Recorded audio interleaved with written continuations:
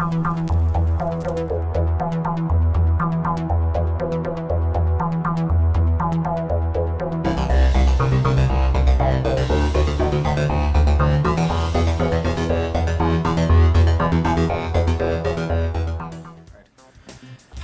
and welcome to Cyberman Son. We are here at the Cyber Control headquarters, and we have a very special episode for you today, but I don't own it on DVD. Andrew, which episode are we covering? We are watching The Wheel in Space. Now, The Wheel in Space, I had to go digging deep for this one, because, would you believe, Andrew, there are 6 episodes, and 4 of them are missing. They're wiped. They're gone. Poof. Up in ether. Wiped for all eternity. So 2 of them and 4 reconstructions. So that's what we're going to watch. It's going to be a little more difficult to watch. You know, we'd prefer an animated reconstruction or something, but it's just not available for us. But this is kind of an important episode too, because, you know, in the classic series, there were only 9 Cybermen stories, so we're a third of the way done. Nevertheless, we're going to plow through here. It's another Second Doctor story. And, I don't know. Let's see if the Cybermen have yet another stupid plan. Sound good? Or if they have their stupid space plan. I do know their voices sound different in this story. All right, should we get started? Episode 4, let's begin. So, once again, we're at this starting sequence. My fave. One of them.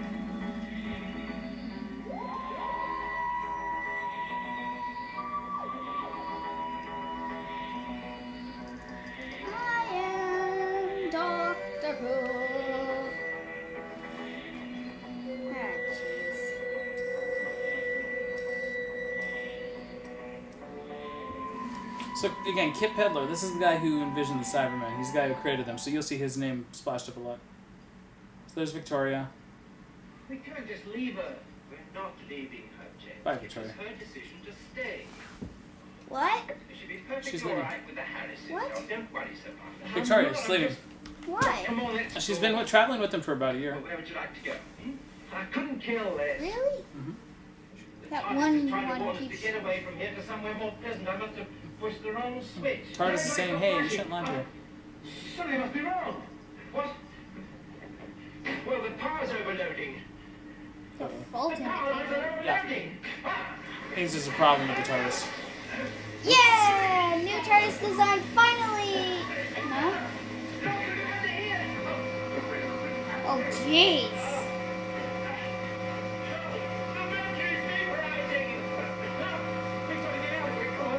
Sorry, headphone users, if you're maxed.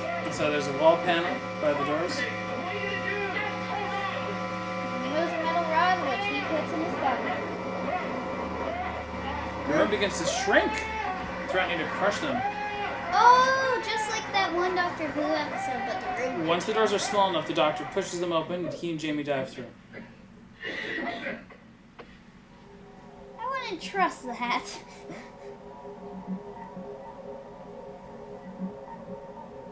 That does not sound normal. It's a robot.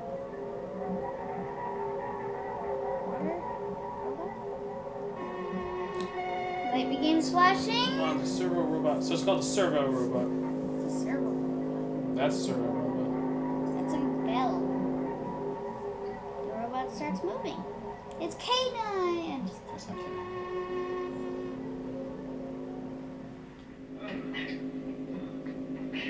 Easy. Doctor. Ouch. He's hit his head. Out he goes. Doctor. Ouch. The robot stops the rocket. Ooh, sudden stop, eh? Then leaves the cockpit and moves towards a large metal pod.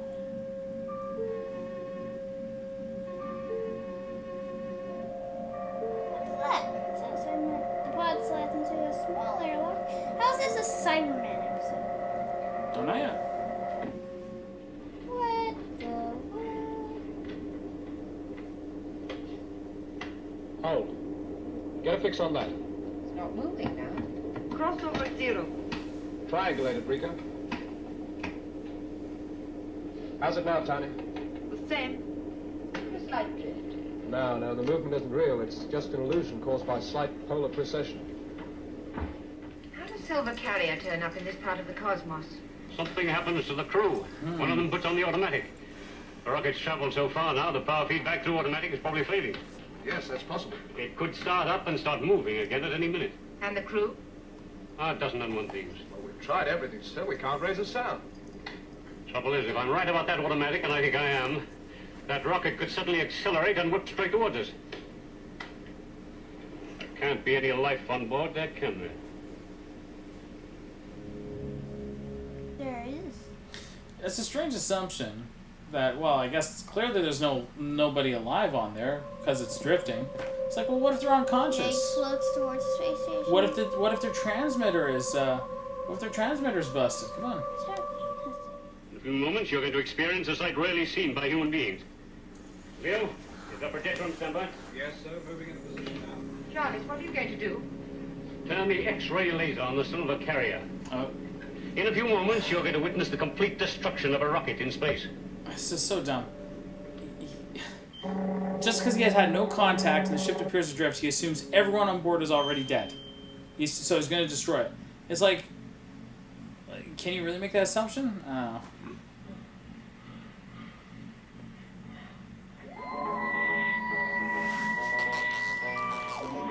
Oh, see, Victoria gets a little credit too.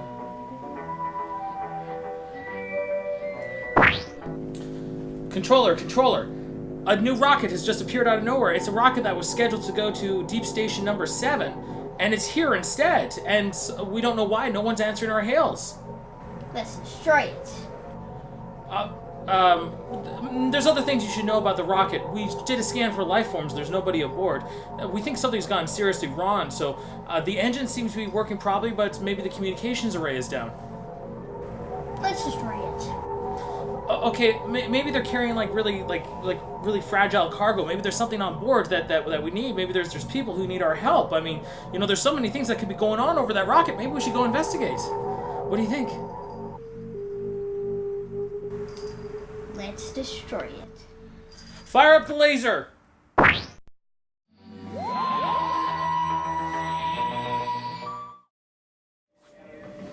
Let's blow it up. Just because it's not mine. So here's one of the problems when you have a reconstructed episode. When you only see a still image and a lot of people are talking, it's harder to understand what they're saying because you don't have anyone that you can look at. I don't even know these people. Mm-hmm. We just know that they're the scientists aboard the wheel. Has given me enough trouble. There's a signal on it. That can't be. You're right, Tony. Get me a fix on that. If I can. Okay. It's not any code I've ever heard before, but there's definitely a repetitive order to it. It's no good using radio or radar. We'll have to use real micron waves. You think it's coming from the rocket? I just want to make sure it's not coming from anywhere else. The rocket. It is. Leo. None of these things. Your system showing temporary faults, the air pressure levels. Well, they all started with the rocket, didn't they? What, you think there are little green men on board, do you? Well, the two they brought back weren't exactly normal, were they? Well, I'll tell you what, eh? If you get scared, I'll let you hold my hand. It's weird that he'd be making fun of her for thinking about little green men because the Ice Warriors, I'm pretty sure the second Doctor had encountered the Ice Warriors by this point, and they are green lizard men from Mars, right? So why would he be making fun of her for little green men? This is far in the future. They should know about the Ice Warriors. How far in the future? That is a good question. Down, right? James Robert Listen. Jamie. Thank you. Your friend? The doctor. I can't put that down. John Smith. There you go. Do you know this is the first time that the Doctor has the alias Dr. John Smith? John It's the first time. Smith. Really? Yeah. And he's going to use that the rest of the series. Are you of Scandinavian origin? Danish? No, I'm not. I'm a true-bred Scot, and I'll just thank you. Scotland, of course. Pre-century history is my field, you see. Oh, well, maybe not, but just you watch your lip or I'll put you across my knee and ladder you. Oh, this is going to be fun. I shall learn a lot from you. Come on, James Robert McCrimmon. Do you know anything about interstellar flora? Yeah, like 2070 or something, right? About 100 years after No, about 90 years after the 10th planet, which was in the 1980s. So that means that This must have been just sometime recently after the moon base. This after or before? would be after. How much? Don't know. 24,564,000 Say 28.5. miles Maybe. at perihelion. There's something sinister about it. Something going on with that rocket. 11th has definitely Quite a few times. a lot, actually. Probably the most. Well, actually, I think the second Doctor, at 4 times, I think the second Doctor encountered the most. What's going on? What is that? Time travel. Don't know. Oh, here's some recovered footage. Great. We actually get to see a bit of it. It's those eggs. What's going on? That's long weddings. Yeah.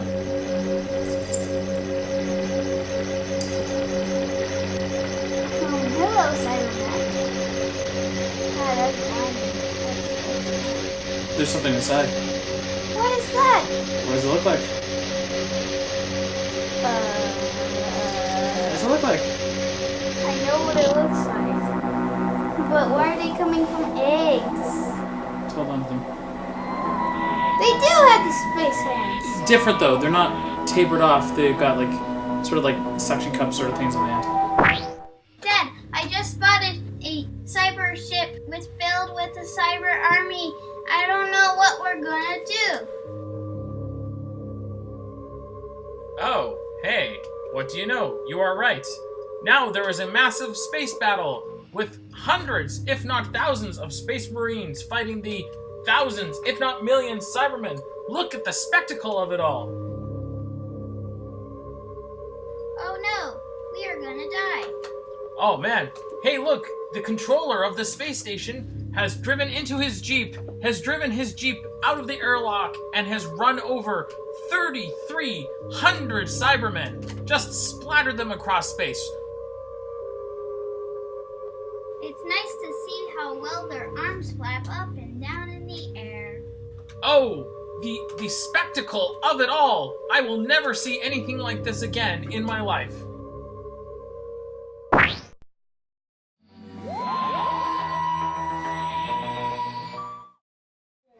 That rocket's dangerous. Not for long. Dangerous. As Jarvis gives the word, the laser will Dangerous. blast it out of existence. They're just so preoccupied with blasting this thing. Ooh, quick set plastic. That sounds fun. Oh, don't do anything stupid, Jamie. He just sprays it in his mouth. He's been traveling with the Doctor for at least 2 years now. It's been years. What is he doing? What is he doing? What is that snow? No, it's the quick set plastic. What does that do? Red-handed. No, wait, wait. What is it you're doing, you fool? Oh, no fool, are you? You're a sabotage. No, I'm not. That's no good. Because the TARDIS is still on board still on board the rocket, so he doesn't want it to be destroyed. You're right, you won't.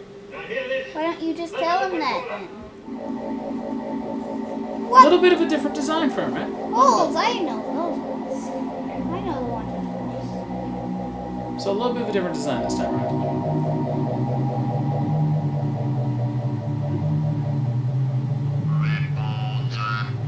Oh, they See? Cybermats are launched. so you can understand them.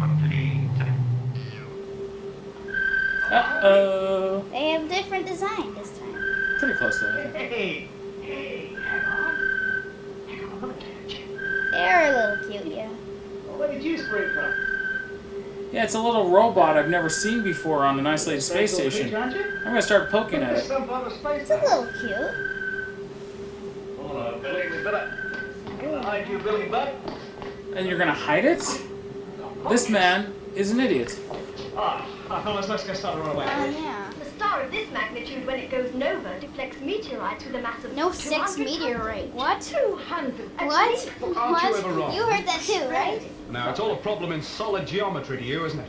Don't you care what happens here? Well, of course. I'm only telling you what's going to happen. Just like a robot. Facts, calculations. Leo. Proper little brain child. All brain and no heart. You drop no brain and no heart. Oh. I love you, Zoe.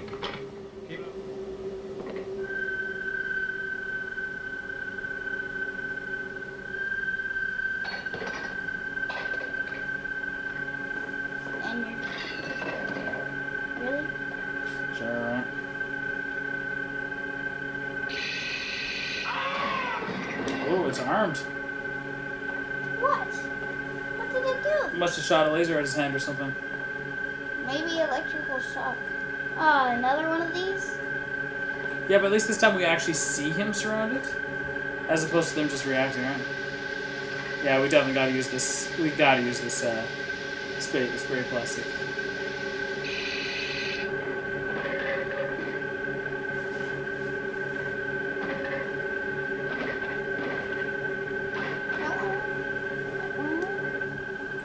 Oh my god.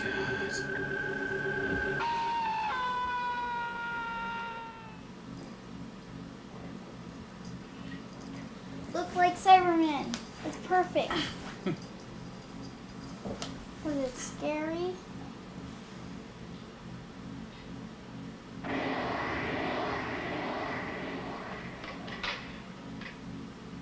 That's loud.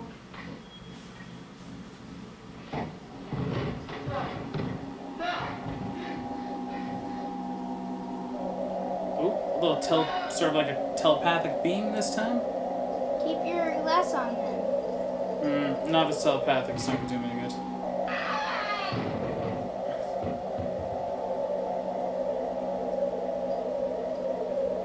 It's like a hypno ray. What? What?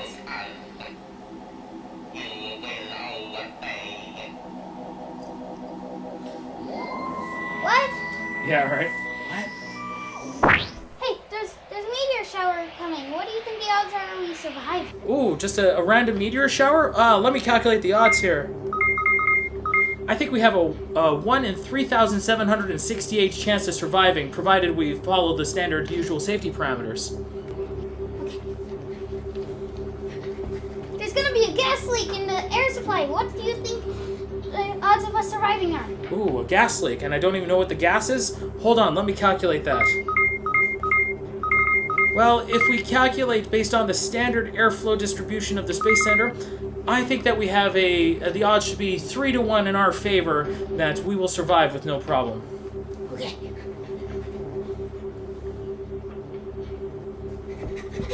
Oh my gosh, you won't believe it! What? There's a couple of Cybermen on the board. What are the odds we survive? Oh, okay, so there's a couple Cybermen who we don't really have any experience with, who've come on board and we don't know what their plans are. I give it a... Ooh... 1 out of 68,349 chance that we will beat the Cybermen and survive. My logic is flawless.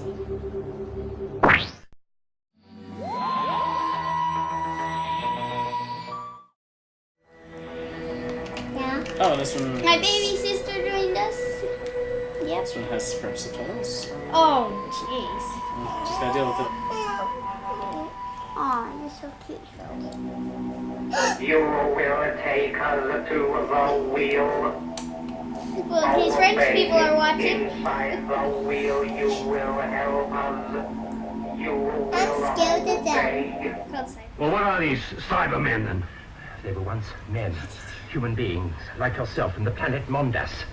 But now they're more robot than man. You mean half and half? No, more than that. Their entire bodies are mechanical, and their brains have been treated neurosurgically to remove all human emotions, all sense of pain. They're ruthless, inhuman killers. You really expect me to believe that rubbish? It's not rubbish. They'll kill anyone who stands in their path. You've got to believe me. You've just got to. Look, I know you all think I'm crazy, Of but... course not, Bill. After all, you discovered... Yeah, I think you're just out here. irresponsible. When you found the Cybermats, you obviously thought it was space for them. Yeah, the pity you didn't tell somebody sooner. Maybe so, Doc, but look what happened when I did tell the old man. I'd better take you back, Bill. I've got some new calculations to do on those meteorites. Half the space fleet might be flying straight into them. So, I was reading, and this, since they're investigating the Perseid meteor shower, this space station is probably somewhere in between Mercury and Venus's orbit. So it's in the solar system. The laser needs constant supplies of vanadium rod. Ah, look, his weapon now is on his chest. It's like the first weapon he had, the giant cameras, but this time it's in his chest. Right? Something like that, yeah. The Cybermen are here. They came over in that crate. But how could our two men have brought them over? They didn't know what they were doing. They were just obeying orders. The Cybermen hypnotized Yes, them. something like that. We're not exactly children, Doctor. All spacemen are protected against brain control by drugs. Yes, but a psychotropic drug is only effective against a known enemy. Have you induced repulsion in all parts of the brain yet? No. But then there's the implanted Zelensky capsule. It gives off a signal when there's an adverse influence against the wearer. How can we check? Tanya, I want to check the Zelensky circuit. But I shall have to activate the whole detection network. I'll authorize the extra power.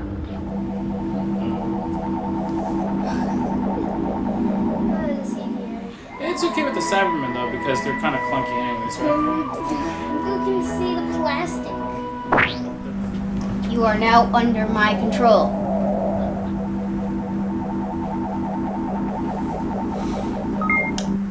Controller. This is Chief Engineer Steve. Everything is under control down here. I thought I should advise you that you should send more men down to come see that everything is under control. Make sure that none of them are armed, because everything is under control.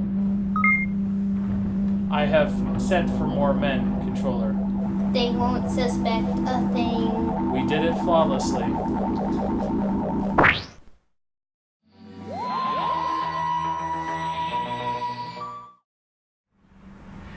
So easy. What? I don't understand them. What are you talking about?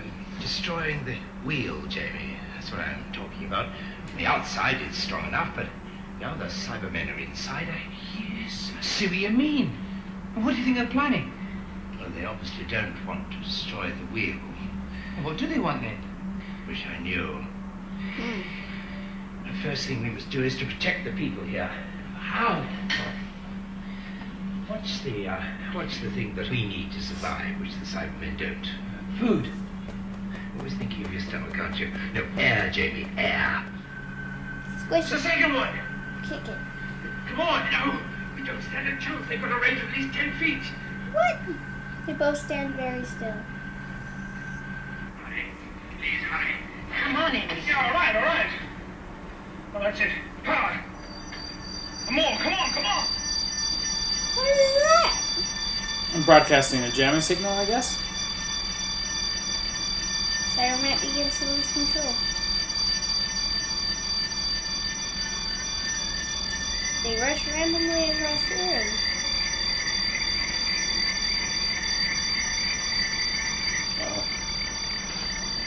What is it? What's the matter with you two? Just do as you're told. Now, you both gone mad or what? Don't point the thing at me, laddie.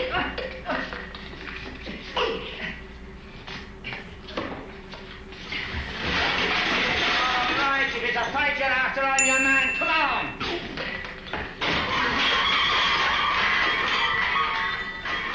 You need a few lessons in the noble and manly. Flanagan, where have you been? Installing the laser discharge. What was that? It has been completed. The laser's repaired. It is ready for testing now. Great. The laser's working. Stand by to run a test. Flanagan, where have you been? I've been trying to raise you for ages. Must be a fault on the line. Have you gone off your head? Well, she agreed to go. Well, she'd no right to agree. And you'd no right to let her. I had to. Jamie will look after her. Have you any idea of the dangers they'll face between the wheel and the rocket? I mean, you've sent Zoe and your friend out into an area that's bound to be bombarded with small debris. Quite apart from the radiation and the thermal shock. But they knew the risk. So he calculated it. Yes, Zoe calculated it. And what about Gemma? Eh? What if Gemma meets up with one of those Cybermen things? Coming into range now. All right. Now, you don't do anything unless I say so. Clear? Tanya, take a power reading on this.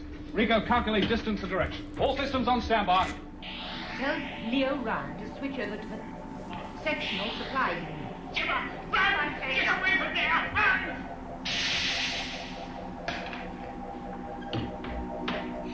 Shoots really. Well, it's got a laser gun, a ray gun, so that didn't work anyway.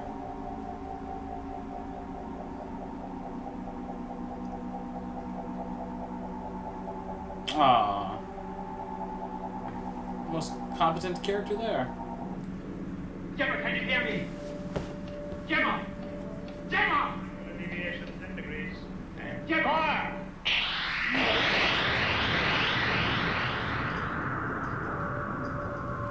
Zoe, look! This CGI? No. This is probably from the next episode.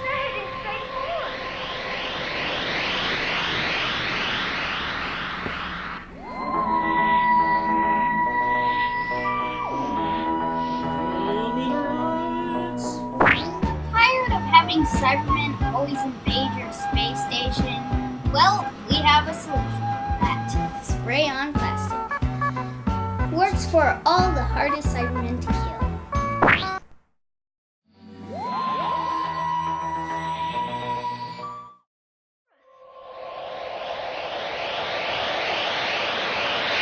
Fire!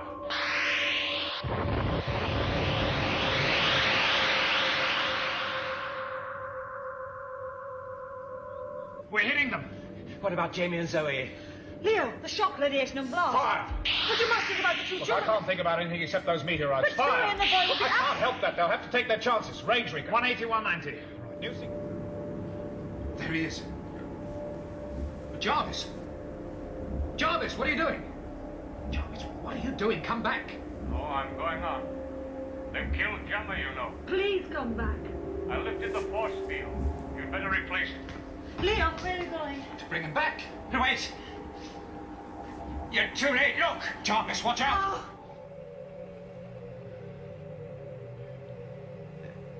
Doctor... I don't know who he is. I don't know. I don't know. I don't know. Yeah. No. I suppose you'll come to me. You know our ways. Yes, I thought you'd realize somebody did.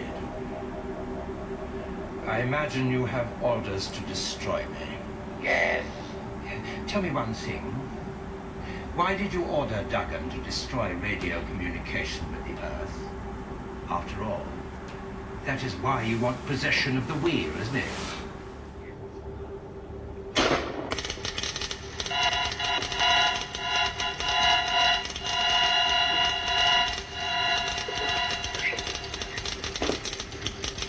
Duck under it, Cyberman.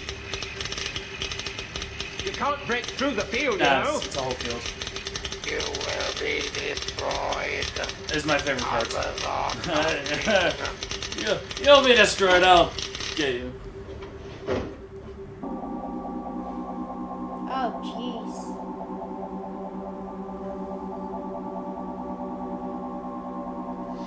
That stuff works.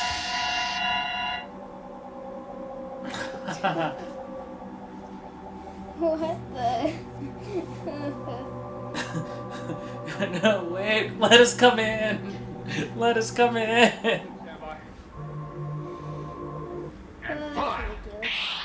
Boom.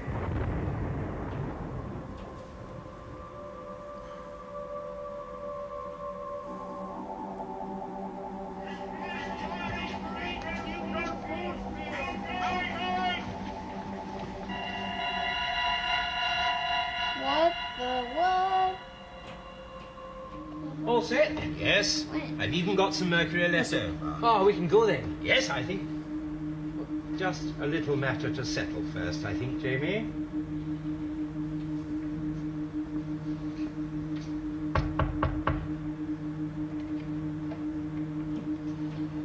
Hey, I thought I told I want you... to go with you. Well, it's impossible. Now, Jamie, it's not impossible, but it's something that we have to decide. You may change your mind. No, I won't. I wonder.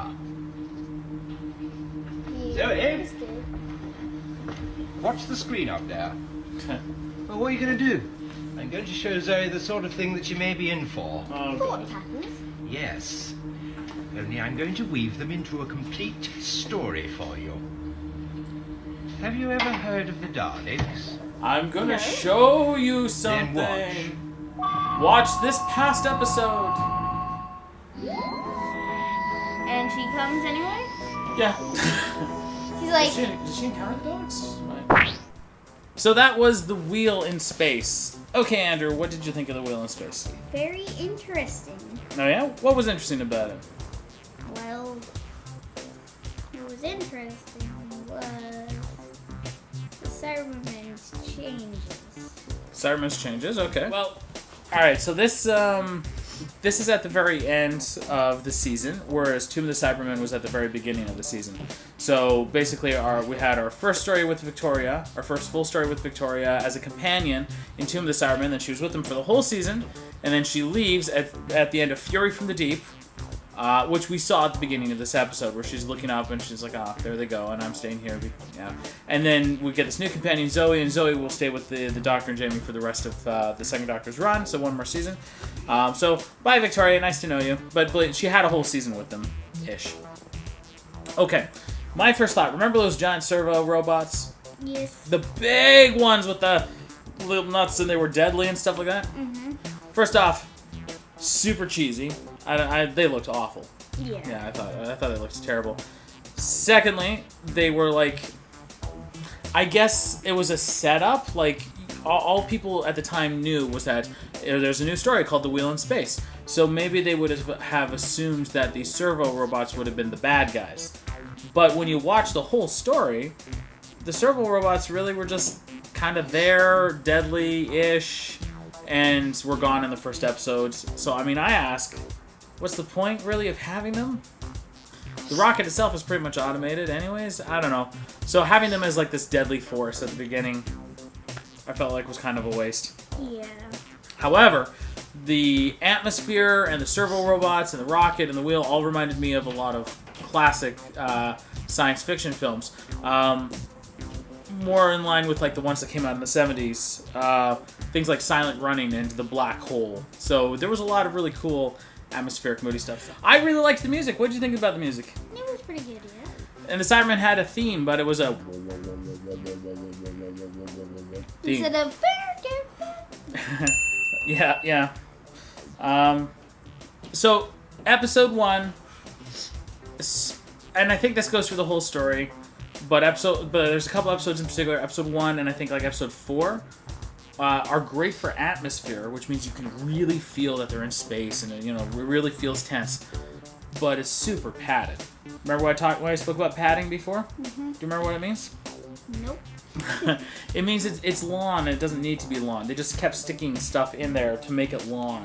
Yeah. Right? So, 6 episodes. Do you think that should have been 6 episodes, or do you think this would be better as 4 episodes? I think it was better as 6. Okay. Why do you think it was better as 6?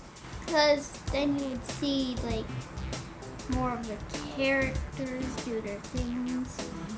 Hey, that is actually a good point. You get to know the characters a little bit more. You can kind of introduce some of these characters, and you get to know them. You get to care about them when they die. When Gemma died, that was really sad because like you really got to know her over the course of like 5 episodes, right? Mm-hmm. Okay, so that's a fair point. I felt it was a little padded myself. I felt they probably could have squeezed into 4 episodes, but you have a really good point. But hold on, let's talk about a couple of these characters, okay? First off, the controller, not the cyber controller, but the controller of the wheel, Jarvis Bennett. First he's like, I'm angry all the time, this isn't the plan, let's blow stuff up, And then by the last half of the story, he's practically a vegetable. He's like, oh, everything's gone wrong. Oh, Gemma's dead. And he's like virtually catatonic. His brain is practically melted. And then he just walks off and decides he's going to try to attack a Cyberman in hand-to-hand combat. This is the head of the space station, who's probably done decades of training and stuff, and the first time anything remotely stressful comes up, he snaps like a twig. In fact, his second in command, Gemma, she's far more competent. She saves everybody. She tips them off. She's brave. She's intelligent. So, I mean, she deserved to be in command. I think that guy, maybe he was related to somebody, and that's why he was in command. Yeah. As long as that makes sense to me. Speaking of which, other characters here. Zoe, introduced. She just constantly has to prove how smart she is all the time. She's like, ooh, my calculations say this. And, ooh, logically, that doesn't make sense. Even though some of the logic stuff she was talking about was, like she wasn't thinking things through. I don't think she was really using logic. She was basically just like using based on my logical experience or something. I mean, I like her. Don't get me wrong. I really, really like her. I think she's funny and quirky and stuff. But yeah, I think even the other characters kind of make fun of her a little bit. Where it's just like, oh, Zoe. Oh, Zoe's calculator. Here we go again. You know, not enough experience. What do you think of Zoe? She's okay, yeah. Who do you think makes a better companion? Victoria, who screamed and was a little nervous, or Zoe, who's a bit of a brainiac? Zoe. Pro Zoe. Victoria, it's kind of useless, isn't she? I'm not gonna say no. Okay, so now the first 3 Cybermen stories, they took place in a row, right? Okay, so we had the 10th planet, that was in 1986. We had the moon base, that was about 2070, somewhere in there. And then Tomb of the Cybermen was like 2570. Right? Stories one right after the other, right? Now this one, though. This one is the first story that takes place out, like, mixed up the timeline a little bit. 2056, something like that, right? No, this is after the moon base, but way before Tomb of the Cybermen. 20... It's probably somewhere around, we'll say maybe 20. I looked at the BBC's website, and the date is really, really wishy-washy, but you say it's sometime after 2070. Zoe, in the War Games, says that she was born in the 21st century, and she's only at most 20 here. So, I mean, the latest this could be would be like 2119. So this could be like anywhere between 2171 and 2119. You could say, right? Yeah. Yeah, somewhere around there. Again, I'm going to issue a retraction because I said Space Hands only appeared in the one episode. I was so wrong. I was so wrong. I thought it was the only time, but yeah, I spoke too soon. I'm sorry. This time, though, they've modified the Space Hands a little bit. Now they've got, like, instead of them just being like sleek gloves, they've got like bottle caps and stuff on the end of them. Yeah. Actually, what did you think of the Cybermen costumes as a whole this time around? Did you notice no wiffle balls? Yes. They got rid of the wiffle balls. Actually, to be honest, the guys in the Cybermen costumes looked really buff. They looked big. They looked actually legitimately really big this time. They had streamlined, suits and stuff, and the masks were pretty good. Remember in Tomb of the Cybermen, it looked kind of cheesy with the round eyes like that and stuff like that. Yeah, I thought these Cybermen's costumes were pretty good, even though the voices, they're still silly. They're in my opinion, they're still kind of silly voices. Okay. Here we're introduced to the central cyber computer control. That's the thing they kept talking to. So it's like kind of like I think later Doctor Who established it was kind of like the hive mind, which I think is debatable. But it's some form of computer that they used as a director, basically. This isn't the only time we're going to see that cyber control computer. So that will turn up again. Cyber control computer is actually probably one of the smartest characters in the show, because their plans are going to hell, and the cyber control computer is like, okay, somebody knows how we do things. Somebody here on the station knows how we do things. You got to figure out who it is. All right, now let me see all the people there. Maybe I'll recognize them. That's good. That's actually deductive thinking. That's just like, okay, hold on. Our plans are being foiled. Somebody knows something. Let's just go through our rogues gallery here, and let's pick someone out. So, unlike many other, not just Doctor Who, many other shows where it's just like, well, let's just keep trying. It's more like, oh, hold on a sec. Let's figure out what's going on here. Kudos to the producers. Did you notice when they were in space, you couldn't see the strings? Yes. Yes, you couldn't see the harnesses because they decided to make it to sort of a milky, sort of oversaturation. It really adds to the atmosphere, and it really helps hide like the harnesses and stuff that they would have to use. Although, in fairness, some of the Cybermen stuff was really silly. Like when they're... What was that? Like, first when they're approaching the station, they're walking in space, and then they start getting to the doors, they're like, we're coming for you! It's like... Oh, I'm scared. I don't know. And also, okay, again, one of my all-time favorite parts is when the first Cyberman is shocked by the Doctor, and the second one, he holds up his finger menacingly, and he's like, I'm gonna get you. And then he just backs out the door. The door is kind of like clunkily open behind him, and he's just doing that on the way out. It's like you have no idea what you're doing. Do you? You don't know what you're gonna do next. He's like, oh, I'll get you. And I'm gonna harp on the Cybermen again because this is again a flimsy plan. This plan of theirs sucks. So here it is. They hijack a rocket, right? Kill the crew or whatever. Then they misdirect. The rocket doesn't go to its original rendezvous point, and it goes floating around in space for a while. Okay, eventually it lands at the wheel. Now remember, it was like way overdue. And they're like, oh, what do you know? Then the plan is to send some Cybermats over to the wheel. Cybermats go over and they eat the brainiac or whatever it's called, so that their big space laser doesn't work anymore. Then a solar flare, or nova, in another star system erupts and then affects a meteor shower in our solar system, so that the meteor shower is diverted and heads towards the wheel somehow. And that they can't use the laser to shoot it down anymore.